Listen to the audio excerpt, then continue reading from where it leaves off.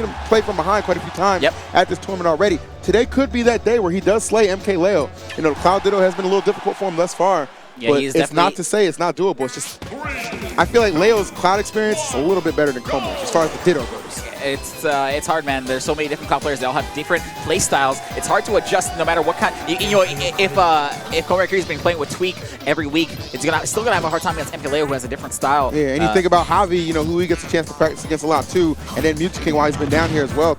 Two excellent Clouds, and they're very in their own right as well. So a lot of experience behind both these guys. We'll see who's gonna get it done. You see him gentlemen already at the start of thing to get those limits up. Is it still a button check? No, this is not a button check, man. It's real. He's kind of dancing around on the screen. That they are, man. I mean, nobody really wants to give up position, right? Because it's like you get hit one time and you're just taking a slew of damage as Como laying it on Leo right there and just forcing that limit off of him. We're going to get a free 19% from that cross slash. I still think that attack does way too much damage, but we can talk about that another time.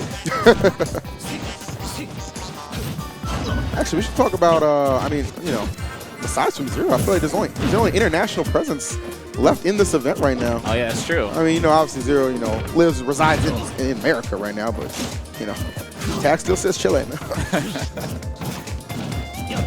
All right. Okay, so yeah, both players still trying to feel each other out. It seems nothing too crazy happening in the first minute of this match or so. Very, very even between them two. It's just a matter of time for one of the strikes, though. Exactly, man. I love the little intricacies that we see in this particular matchup here. I know some people not the biggest fan of the Dittos, man, but you really got to appreciate this high-level play that both these guys bring to the table. Right now, it is, oof. Put down there. Oh, no. Open this up a little. The back air punish. I wonder why he didn't go for the cross slash instead. Maybe he just wasn't ready for it. Maybe he already had the back air out. I think a cross slash definitely would have been the better punish and probably the stock. Como here still with limit. He's going to let it rip right there. But the down tilt immediately coming out from Leo, punishing that miss. I don't think that tilt was actually fast enough to punish that cross slash on shield, but in any case, he got the hit, and that's what really matters. Back and forth they go. And oh, nicely done with the up air. It's so funny to watch the neutral between these two players. You know, they have these huge, huge normals they're trying to space out between each other. So the spacing between them is actually pretty big, but they can still hit each other from that distance. Yes, absolutely. And this is like long-range footsies. It's really an exciting Ditto to just kind of, especially when you have players playing at this high of a level. And Leo and Como, two people who just never really disappoint you right there. We see a solid up air there by Como, just looking to take off this first stock of MKLeo, who's surviving here 153. Oh no, and just kind of gonna maybe he thought he had limit because he went way too. Yeah, he was pretty low right there, falling a little short. But you know, at that kind of percent, you can kind of not kick yourself quite as hard, knowing that was maybe probably an inevitability that it was gonna get that stock was gonna get diminished at some point. In any case, he's still in a good position, so it's all good, man. 71% is great. As soon as he can get that limit on deck, by the time he has limit, he's going to be at that percent where cross slash is going to be at the stock.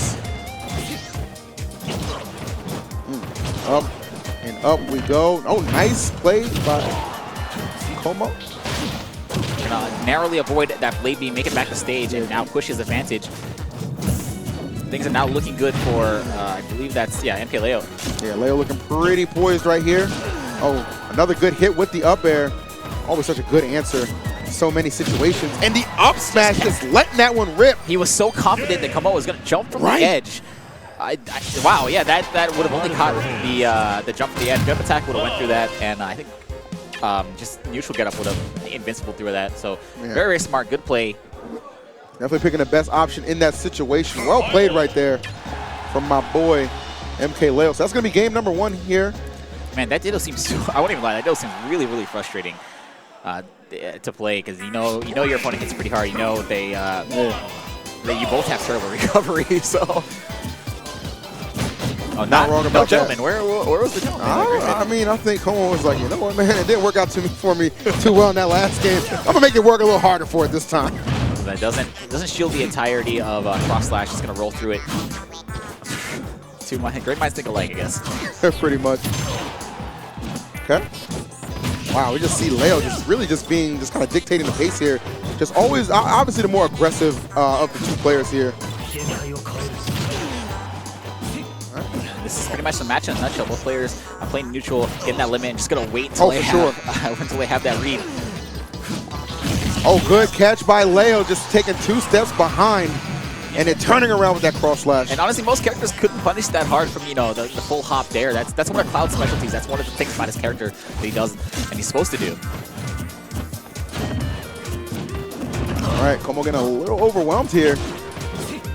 And that's that control that we see. I mean, there's a reason that, you know, Leo has such a strong record here against Komo, really just putting that on display.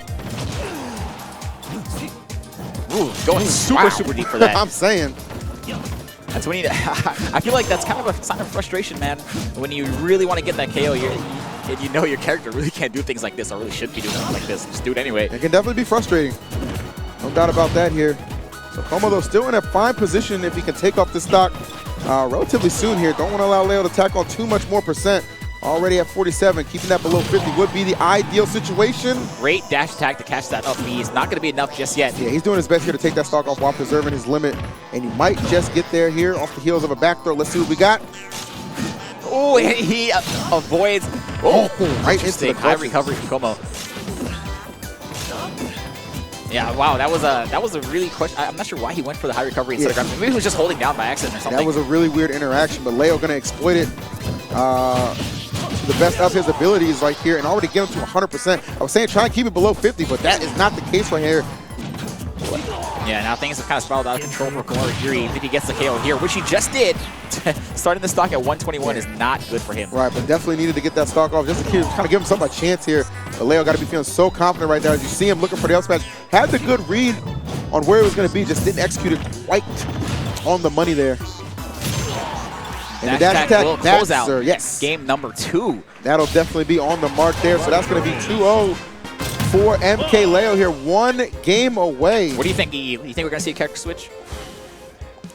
He has that Sonic under his belt. He does have that Sonic, man. And we even saw the mark come out. Yeah.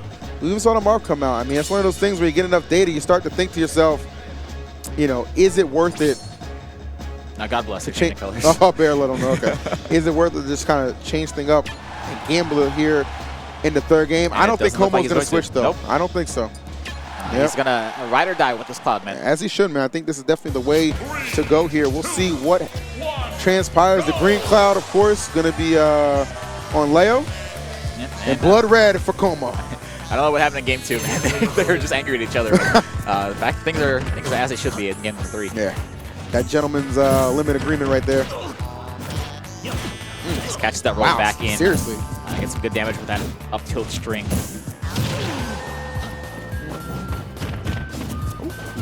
All right, Komo starting off pretty good here.